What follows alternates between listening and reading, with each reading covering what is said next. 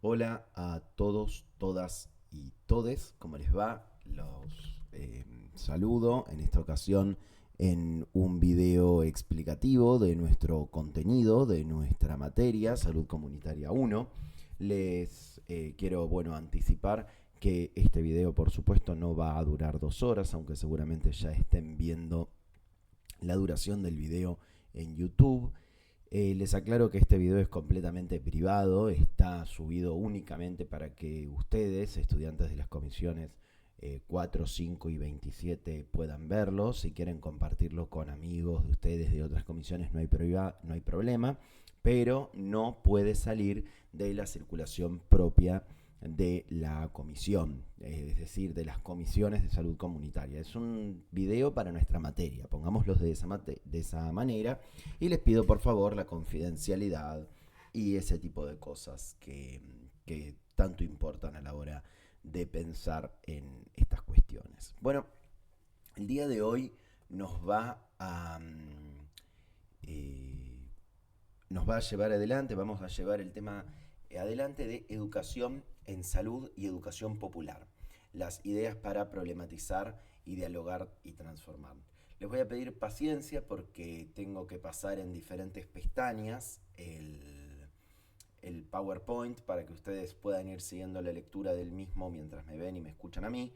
Así que si hay un poquito de delay entre una diapositiva y la otra, no se hagan problemas, yo me voy a ir dando cuenta, pero sepan que mientras me estoy grabando yo mismo, estoy básicamente también operando la actividad, ¿sí? Operando la grabación. Así que bueno, vamos a empezar con estos tres ejes analíticos centrales, que son la mirada problematizadora de la realidad, desde un plano ontológico, miradas en torno a lo que cada quien entiende que es la salud o está siendo, y las relaciones y procesos principales existentes en este campo. Y acá, en este primer punto, nos vamos a tener que detener, en primer lugar, en la palabra ontología. ¿Qué es una ontología?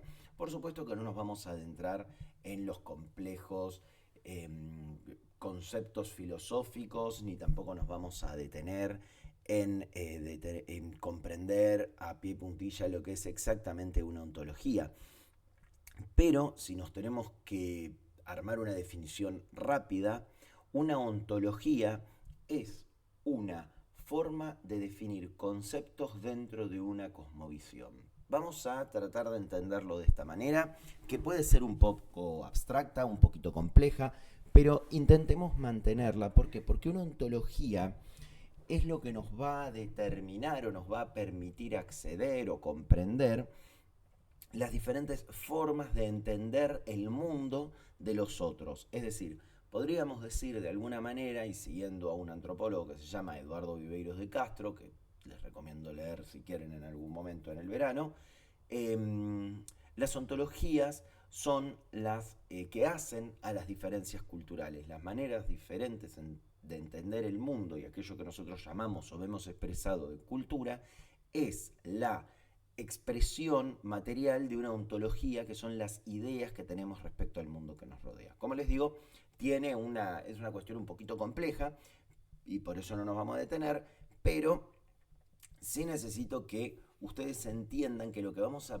eh, problematizar son las ideas mismas que tenemos sobre aquello que atravesamos y que vivimos. Por eso, es una abstracción compleja, no es algo sencillo y que se va a entender de una, y que cuando crean que lo están entendiendo seguramente vuelvan y digan, para, ¿de qué estamos hablando? Y tengan que volver a leerlo y volver a pensarlo. No se hagan problema, paciencia con este punto que realmente es complejo, y como ya sabemos, la problematización viene y trae toda una historia en nuestra materia. No es la primera vez que escuchan este término, es de hecho la tercera clase de la que hablamos del concepto de problematización. Pasamos ahora entonces a el segundo punto, que es el diálogo como proceso epistemológico. Creo que ya hemos dicho y ya hemos hablado de epistemología mucho, sobre todo en la primera parte de la materia. Ustedes ya deberían saber o tener más o menos en cuenta que la epistemología es la forma, es la manera en que la ciencia reflexiona sobre el conocimiento que produce. Pero acá estamos pensándolo desde otro lugar, o mejor dicho, estamos intentando reformular otras cuestiones. Eso es lo que realmente quise decir. El diálogo como proceso epistemológico, es decir, nuestra epistemología, nuestra manera de generar conocimiento, nuestra forma de generar nuevas ideas respecto a algo, va a ser el diálogo. ¿Con quién? Con los otros, con esa comunidad, con esa, vamos a decir, comunidad, que tiene justamente un plano ontológico, una ontología diferente a la nuestra. Y en ese diálogo vamos a intentar generar un conocimiento compartido entre aquello que nosotros sabemos y aquello que los otros tienen para enseñarnos, por supuesto, aquello que los otros también saben.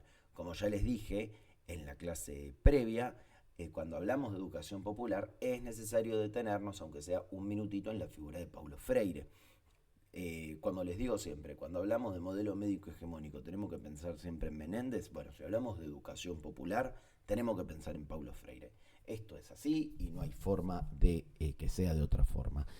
Paulo Freire fue, como ya saben, un pensador brasileño que reformuló la forma de pensar la educación, que cambió las ideas que nosotros teníamos respecto a cómo debía ser la educación, y fue realmente revolucionario porque planteó que la comunidad que estaba siendo educada era en realidad quien portaba los conocimientos locales, que debían modificar los conocimientos académicos y que los conocimientos académicos y escolásticos debían entrar en relación con los conocimientos locales para poder llevar adelante un proceso educativo real, comprometido y auténticamente transformador, que por supuesto es nuestro tercer eje, la intencionalidad transformadora de la praxis. Es decir, nuestra práctica tiene que estar orientada a la transformación de la realidad.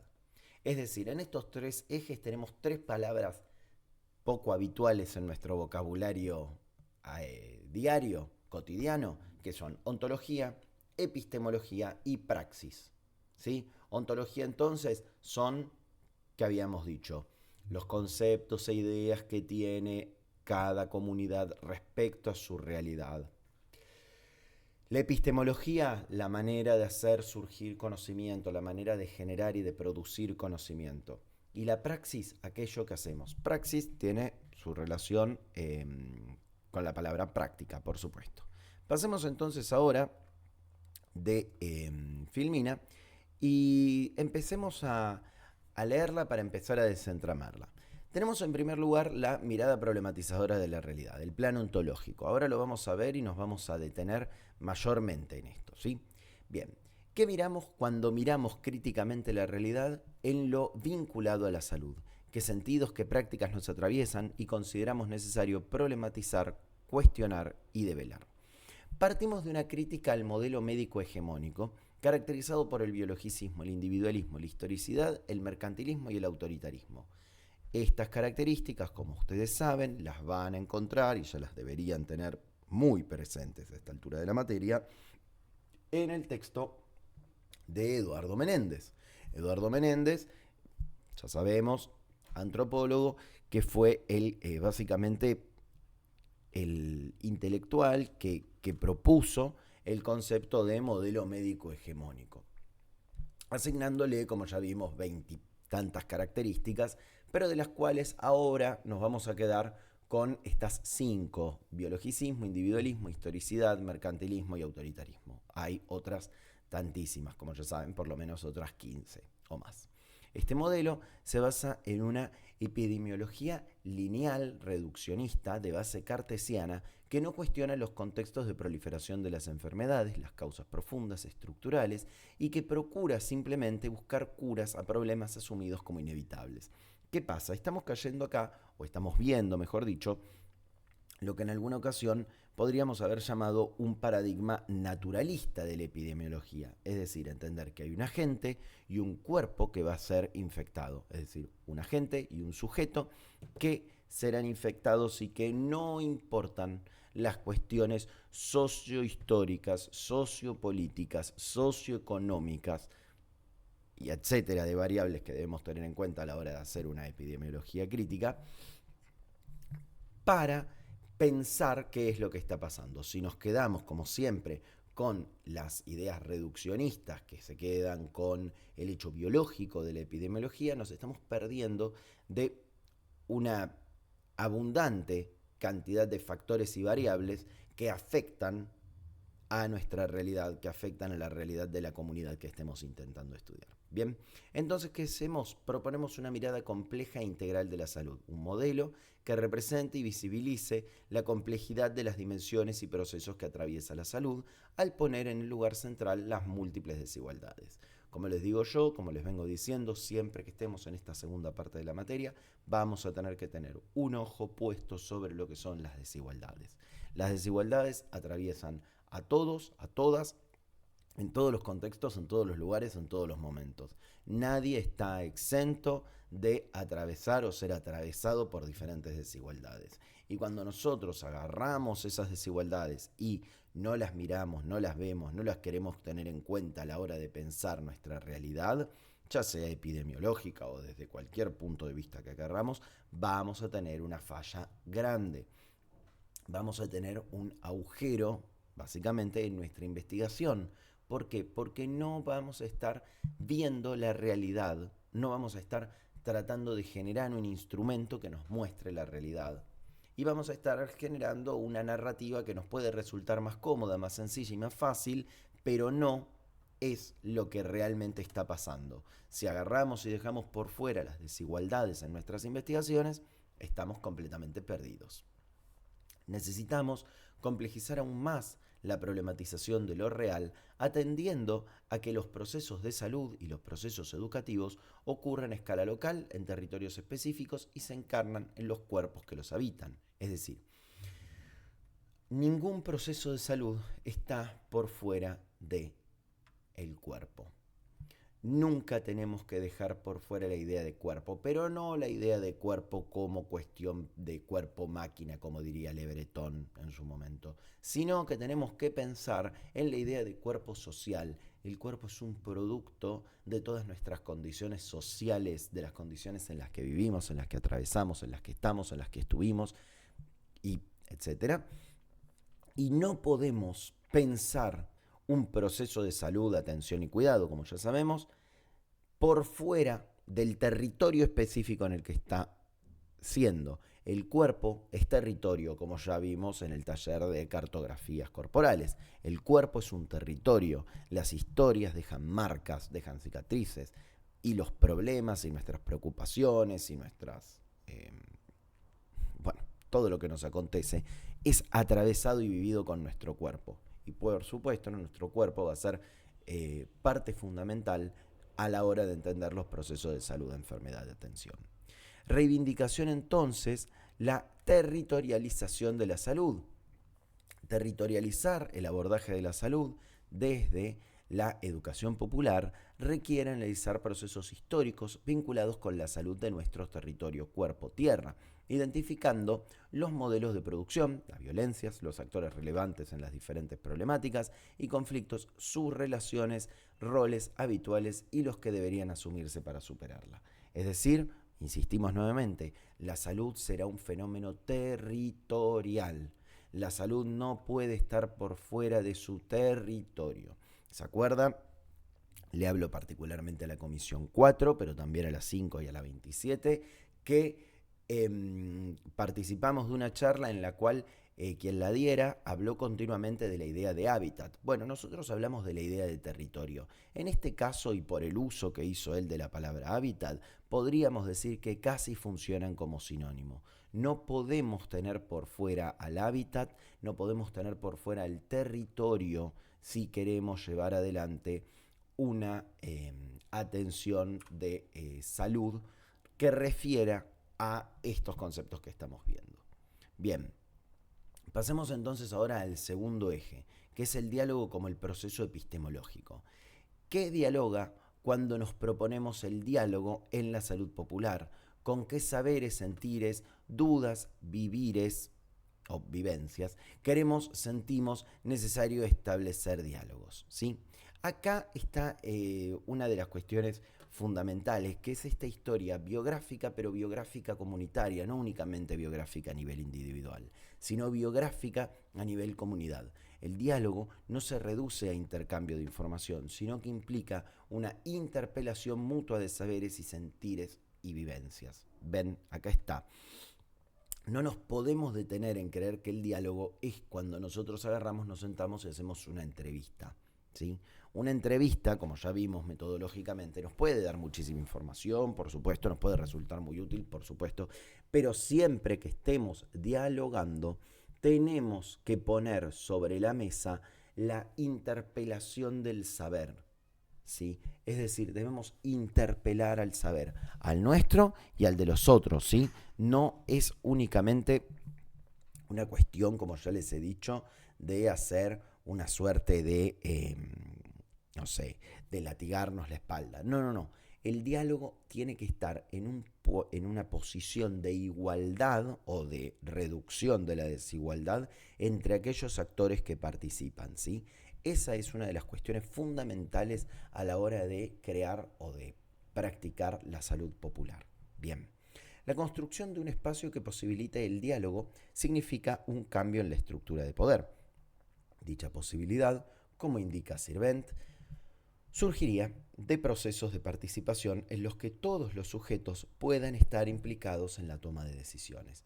Como notan acá, estamos yendo por un modelo que busque la incorporación de la comunidad en la toma de decisiones. Es decir, tenemos que salir de la idea del conciliábulo de expertos que vienen y nos dicen qué es lo que tenemos que hacer, qué es lo que tenemos que dejar por fuera, y empezar a entender que únicamente la manera de llevar adelante una salud realmente comunitaria va a ser en la implicación con la comunidad, porque la comunidad se piensa a sí misma. La comunidad no es ignorante de sus problemas. La comunidad sabe qué le falta, qué necesita, qué tiene, qué no tiene, etcétera, etcétera. La comunidad reconoce sus problemas. Nosotros estamos ahí para ayudar, por supuesto, en ese diálogo, para aportar muchísimo, pero también para escuchar, ¿sí? Siempre, siempre, siempre tenemos que estar escuchando. Una perspectiva dialógica en salud necesariamente debe plantearse como un proceso desde el cual ir construyendo las condiciones de posibilidades para que ocurra el diálogo. Para los sujetos participantes podamos cuestionar el modelo médico hegemónico, agenciar nuestra salud, visibilizar y poner en juego otras fuentes de saber que han sido subalternizadas, invisibilizadas y desvalorizadas. Nuevamente retomamos acá la importancia de recuperar los saberes de la comunidad. La comunidad tiene saberes, la comunidad tiene ideas. Lo que ha ocurrido es que el modelo médico hegemónico y toda la hegemonía epistemológica que existió en el mundo ha optado por desmontar los saberes previos, ocultarlos, ponerlos debajo de la alfombra, subalternizarlos, desvalorizarlos, etcétera, de sinónimos, y poner como único modelo el modelo médico hegemónico. Esto no quita que el conocimiento científico del cual ustedes tienen que ser partícipes, tienen que formarse, tienen que investigar siempre más. Esto no quiere decir que ese saber ahora debe ser desvalorizado, no, sino que debemos poner en pie de igualdad ambas formas de entender, cambiando la idea de sujeto. Siempre cambiando la idea del sujeto. El sujeto tiene que dejar de ser alguien pasivo, digamos, y pasar a ser alguien activo en su propio proceso de salud. ¿Sí? Bien. Generar condiciones de posibilidad para habilitar ese diálogo plural, mestizo, sin romanticismos, conflictivo, que nos permita recuperar las voces de nuestro territorio, entramándolas críticamente con otras para armar nuevos tejidos, siempre desde la firme convicción de nuestro posicionamiento político-pedagógico y por lo tanto con la mirada puesta en el mañana. Acá, si ven, ya estamos entrando en el tercer aspecto, que es la cuestión de la praxis. Nos tenemos que detener acá en la cuestión del diálogo conflictivo. El diálogo siempre va a ser conflictivo, el diálogo siempre va a suponer un conflicto. ¿Por qué? Porque es así, porque los saberes cuando chocan generan conflictos. No hay una aceptación pasiva de nada. Lamentablemente el diálogo siempre, siempre, siempre tendrá una conflictividad. Y esa conflictividad va a ser la que, rescatándola y sabiéndola encauzar, nos va a empujar hacia adelante, nos va a llevar hacia adelante y nos va a hacer surgir nuevas ideas, nos va a hacer criticar mucho de lo que nosotros pensamos y empezar a comprender que el mundo es mucho más amplio de lo que creemos. Bien, ahora pasemos a la siguiente filmina. Bien, tenemos acá el tercer punto, que es la intencionalidad transformadora, el plano de la praxis, ¿sí? ¿Qué queremos y podemos transformar? ¿Cuáles son, desde nuestros posicionamientos políticos y pedagógicos, nuestras utopías? Los autores plantean 3 transformaciones complementarias e independientes. La primera, replantear la salud desde el punto de vista ontológico como un objeto complejo y que debe ser construido situacional y colectivamente. Ya hemos mencionado esto, pero lo vamos a repasar una vez más. Modificamos nuestra idea ontológica, es decir, las ideas que tenemos, los posicionamientos que tenemos, debemos reformularlos y construirlos nuevamente de manera situada, es decir, en un territorio en específico, y de manera colectiva, es decir, con toda la comunidad que está en ese territorio específico. Bien, segundo punto, avanzar en su abordaje epistemológico a través del diálogo de sujetos, saberes, vivires o vivencias y sentires. Es decir, tenemos que transformar la epistemología, y la epistemología que vamos a proponer es la dialógica. Ya lo hemos hablado, pero lo repasamos. Y la SEO, tercer punto, abrimos a las múltiples posibilidades de vinculación con nuevas formas de construcción de otras saludes que sean prefigurativas del mundo y la salud que soñamos. Es decir, prefigurativas quiere decir que nos dan como una visión anticipada de lo que nosotros quisiéramos, ¿sí? Este punto vuelve al primero también porque hay un cambio en la idea ontológica que tenemos de salud, y también vuelve al segundo porque ese cambio solo se va a dar a medida que pongamos el diálogo en marcha para transformar el mundo. Es decir, si ustedes se fijan, estos 3 puntos, el A, el B y el C, nuclean de manera en una cáscara de nuez, como diríamos, ¿no? En algo muy, muy pequeño, los 3 puntos de los que hablamos previamente. Bien, avancemos a la siguiente. Acá tenemos que una cita, la educación para la salud y la educación popular, una relación posible y necesaria, del texto de Luis Emilio Sea Bustamante.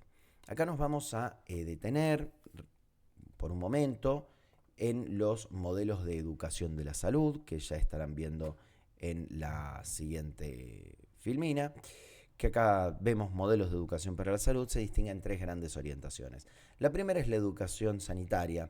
Tal vez es la que más conocemos, la que más hemos visto, la que más hemos atravesado, incluso en algunas cuestiones del secundario, ¿no? Cuando venían los especialistas y nos daban una charla. Bueno, es vertical, es conductista, es centrada en los comportamientos. Se podrán imaginar que la educación sanitaria es la más lejana a la que estamos intentando promover nosotros en la materia de salud comunitaria 1. Es decir, nosotros pensamos que las relaciones deben ser verticalistas o horizontales. Horizontales. Conductistas, no, de ninguna manera. Y que tienen que estar centradas en el comportamiento, no, de ninguna forma. ¿Por qué? Porque estamos intentando incluir continuamente la idea de hábitat, de territorio, la modificación del sujeto. El sujeto ya no es alguien pasivo al que se le da un estímulo y responde con una respuesta. No, el sujeto es muchísimo más complejo. Bien, educación para la salud ya es más participativa y reflexiva, que es a la que estamos apuntando nosotros, donde las orientaciones, mejor dicho, el formato ya atiende a la horizontalidad, a la territorialización, a la inclusión del sujeto y de sus desigualdades. Vuelvo y repito esto, no se vayan a olvidar de las cuestiones de la desigualdad. Bien, y por otro lado tenemos la educación en salud, que es la formación profesional que ustedes están recibiendo en la universidad. Por eso nosotros lo que tenemos que hacer es, de alguna manera, dialogar entre la educación para la salud y la salud en educación, ¿sí? La educación para y la educación en. Son 2 conceptos filosóficos bastante viejos que no me voy a poner a contarles porque se van a aburrir, pero el para y el en, ¿no? El para y el en tienen una raíz filosófica muy interesante que no viene al caso. Bien, la propuesta es avanzar hacia un modelo crítico transformador que ponga en el centro la participación, el empoderamiento y el análisis contextual. ¿Sí? Miren ustedes qué sencillo que se vuelve cuando agarramos y lo transformamos en una oración clara, concreta, que no le da tantas vueltas a la cosa y lo expresamos casi en una sola oración. La propuesta es avanzar hacia un modelo crítico y transformador que ponga en el centro la participación de quién, de la comunidad, el empoderamiento de quién, de la comunidad, y el análisis contextual de quién, de la comunidad. 3 veces comunidad, ¿sí? 3 veces comunidad. Pasamos a la siguiente entonces ahora, en la que ya vamos a decir que la educación popular como marco integrador, ¿sí? ¿Por qué es un marco integrador? Justamente porque sale del modelo verticalista, del modelo bancario, diría Paulo Freire en algún texto que no viene al caso, y nos ponemos o frente a un sujeto que consideramos histórico. Se recuperan las bases freirianas, el diálogo como acto amoroso y de transformación, otra vez volvemos a Paulo Freire, por supuesto, siempre educación popular, Paulo Freire. Tiene que ser casi una relación directa que ustedes tienen que retomar. Les recomiendo sus libros, por supuesto. Ahora tal vez los cite mal y lamentablemente van a quedar grabados, pero si no me equivoco, uno es Miedo y Osadía y el otro, que también me resulta espectacular, es Pedagogía del Oprimido. Espero no estar equivocándome los títulos y si me equivoco los títulos les pido perdón, por supuesto, pero estoy seguro Miedo y Osadía y Pedagogía del Oprimido son fundamentales. Bueno, les pido por supuesto disculpas también por los bocinazos que deben estar escuchando, pero alguien está reventando la bocina de su auto en la puerta de mi casa. Entonces, el acto de diálogo es un acto amoroso y transformador, ¿sí? El acto amoroso es también, acá me tengo que poner un poquito a hacer historia de la cuestión, no es amoroso en el sentido que uno suele entenderlo, sino que es el filos, es decir, su origen griego, ¿no? De la palabra. ¿Por qué? Porque es el vínculo de amor al interior de una comunidad la que puede transformarla. Y no es que, como les digo yo, no es que hay que andar abrazándose por ahí y nada de todas esas cuestiones, sino el hecho de entender de que más o menos todos estamos en el mismo barco, ¿sí? No es, como diría Roberto Galán, hay que abrazarse más. Bueno, esa referencia no sé si la agarrarán, pero no importa.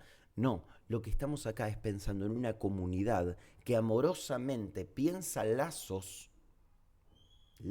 internos que la unen y la conectan con una finalidad que es ser la comunidad que es. Una comunidad no puede ser por fuera de sus vínculos amorosos, diría un filósofo argentino llamado Rodolfo Agoglia, a quien les recomiendo leer cuanto antes. A ese ya no se los recomiendo leer en el verano, a ese lo tienen que leer cuanto antes. Bien, Rodolfo Agoglia, repito su apellido. Por otro lado, la educación popular propone un sujeto histórico, crítico e inacabado, capaz de leer su realidad y transformarla colectivamente. El sujeto ya deja de ser un sujeto individual, como nos suelen decir desde algunas fuerzas políticas, desde algunos espacios políticos, pero no piensen en partidos, piensen en fuerza política como conjunto de ideas. El sujeto no es individualista, el sujeto no es una individualidad, el sujeto es en su comunidad. El sujeto no puede dejar por fuera su vínculo histórico con su comunidad y, por supuesto, su idea crítica de la realidad. El sujeto no puede ser pasivo, el sujeto debe ser activo y crítico y debe entenderse como inacabado porque solo puede realizarse en la colectividad, en la comunidad que lo acompaña, ¿sí? Y ese cambio de idea es realmente filosófico y es realmente complejo entender, porque nosotros estamos acostumbrados a la individualidad, todo básicamente es individualismo en este momento. Y acá les estamos proponiendo algo distinto. ¿Por qué? Porque la salud tiene una idea individualista desde el modelo médico hegemónico. Y nosotros estamos diciendo, no, la salud tiene que ser comunitaria. Por eso las cosas que hay que cambiar son realmente del orden de lo ontológico. Y estoy así porque se acaba de subir mi gato Ofelia y no voy a dejar de acariciarla, por supuesto, porque reclama amor. Se reconoce la educación como un acto político situado en contextos de desigualdad estructural que deben ser problematizados. Siempre estamos problematizando problemas de desigualdad. La desigualdad no nos da igual. Debemos problematizarla. Bien, avanzamos una más. Aportes concretos de la educación popular a la educación para la salud. Primero que nada, el diálogo. El diálogo es el eje estructural del proceso educativo que reconfigura la relación entre profesionales y comunidades. Esto es fundamental. El diálogo pasa a ocupar un lugar tan importante porque justamente las voces de quienes han sido los pacientes, un lugar pasivo, un lugar del silencio, un lugar de la espera, han sido anuladas en muchas ocasiones. Entonces, proponer al interior de la salud comunitaria que el diálogo es una de las formas fundamentales de construirla, es necesario. Y es necesario repetirlo una y otra vez.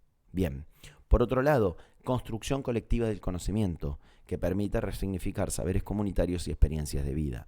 Es decir, ya no nos podemos quedar con la idea de, no, bueno, es únicamente, la única salida es el saber biomédico y biologicista. No, la comunidad piensa, la comunidad se piensa, la comunidad tiene ideas de salud que debemos incluir, que no podemos dejar de lado y que si dejamos de lado lo único que vamos a lograr es alejarnos de la comunidad en la que estamos intentando trabajar.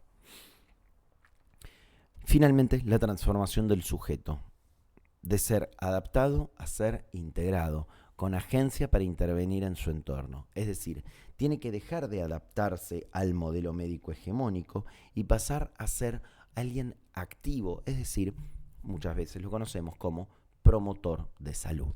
¿Sí?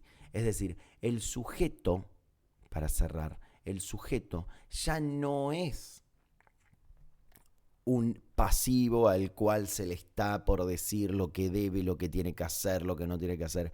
El sujeto ahora, con la educación para la salud, repito para que no se confunda, es quien debe comenzar a proponer una manera de vincularse. Y nosotros, como agentes de salud, ¿qué tenemos que hacer? ¿Olvidarnos, no dar bola? No, todo lo contrario. Tenemos que escuchar porque ese sujeto reconoce sus desigualdades como pocos pueden conocerlas. Entonces, yo les pido que por favor, todas estas ideas, todas estas cuestiones, ustedes se las lleven, las piensen, reflexionen, intenten para la clase que viene tener todo leído, ya que no nos vamos a ver, se ahorran el viaje, se ahorran el estar 4 horas en el curso, que yo sé que es largo, pero les pido que aprovechen esta semana para recuperar tal vez el tiempo que estamos ganando, digamos, por el lado de quedarnos en casa y no tener que ir de un lado para el otro. Les agradezco mucho por haber escuchado. Espero que les guste. Intenté ser lo más breve posible. Es una clase de media hora nada más. Me están quedando, veo acá, 33, 34 minutos, más o menos hacia el final.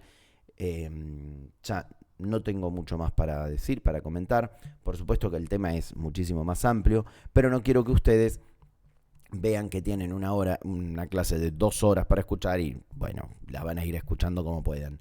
Me parece que durante 33 minutos, 34 minutos van a poder sostener tranquilamente la atención, ¿sí? Bueno, desde ya les agradezco muchísimo, les agradezco por haber prestado atención, les agradezco por estar y espero que les haya gustado. Que tengan muy buena semana. Nos vemos la semana siguiente ya de manera presencial, como siempre, y con la virtualidad de siempre. Les pido disculpas, pero bueno, esta semana fue un poco complicada. Un abrazo grande para todos. Nos vemos.